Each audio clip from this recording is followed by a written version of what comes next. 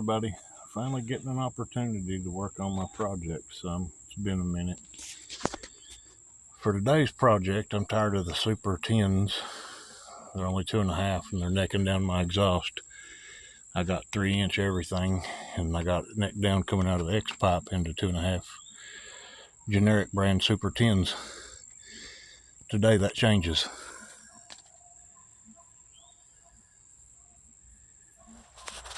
I got me some spintech 6000s.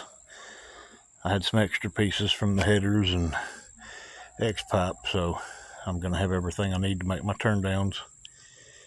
And yeah, I'll get right back with you. Also, there's been an update. My wife had a 2012 Tahoe. It got rear-ended. Still fine, minus some weirdness. It probably tweaked the frame a little bit, but the body's fine. But it's totaled, so it does have a Gen 4 5.3 unit. I've already robbed the radiator and fans because my radiator, as you can see, was leaking, and the fans are just newer and put out more air, so I went ahead and swapped them. They plug right in.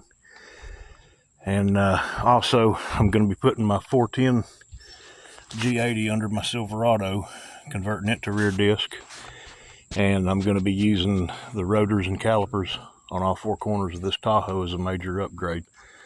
So, okay, back to the exhaust. Okay guys, a lot of sweat and a little cussing later.